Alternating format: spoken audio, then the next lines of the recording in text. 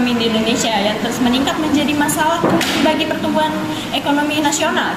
Sehingga pemerintah perlu melakukan penanganan yang serius. Pasalnya, bila tidak dituntaskan kesenjangan ini dapat menimbulkan dampak jangka panjang bagi Indonesia. Bagaimana kira-kira penampakan kesenjangan sosial yang terjadi di Indonesia? Sudah ada rekan kami, Raya Almira. Terima kasih Tiwi, kembali bersama saya Raya Almira. Selama 78 tahun merdeka, ternyata Indonesia masih belum bisa memenuhi sila kelima Pancasila, yaitu keadilan sosial bagi seluruh rakyat Indonesia. Kesenjangan sosial ekonomi ini menjadi salah satu bukti nyatanya.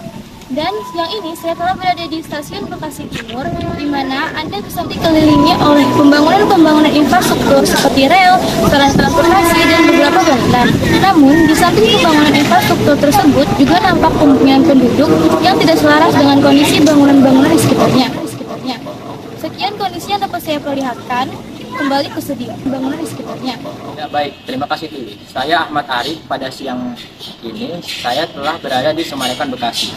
Seperti yang nampak di layar kaca Anda, lokasi ini menjadi salah satu tempat yang menampilkan kesenjangan sosial ekonomi. Sesuai Quality Report 2022 mencatat, selama periode 2001 sampai 2021, sebenarnya 4% namun kekayaan rumah tangga nasional. Laporan tersebut juga mencatat populasi dari kelas ekonomi atas memiliki rata-rata pendapatan 13 kali lipat lebih tinggi dari populasi kelas ekonomi terbawah. Hal itulah yang juga menjadi salah satu faktor besar adanya kesenjangan sosial ekonomi ini. Sekian informasi yang dapat saya berikan. Kembali ke video. Terima kasih untuk Raya dan Ahmad Arif atas laporannya. Nah, bisa untuk membahas lebih dalam mengenai kesenjangan ekonomi yang menjadi permasalahan sosial ini, maka kami telah menghadirkan beberapa narasumber di tempat ini. Ada Felda, Kesia, dan Galang. Selamat pagi Felda, Galang, dan Kesia.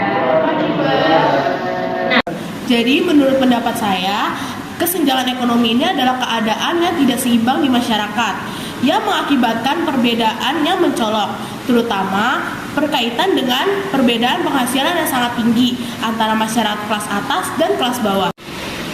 baik, terima kasih atas jawabannya.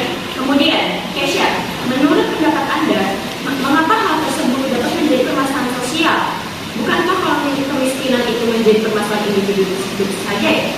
Menurut saya, kesenjangan sosial ekonomi ini dapat menjadi suatu permasalahan kesenjangan sosial yang dapat menyebabkan terjadinya kecemburuan sosial. Kecemburuan sosial yang terpendam dalam waktu lama dan sewaktu-waktu dapat meledak dan menjadi suatu konflik bagi ekonomi. Baik, terima kasih.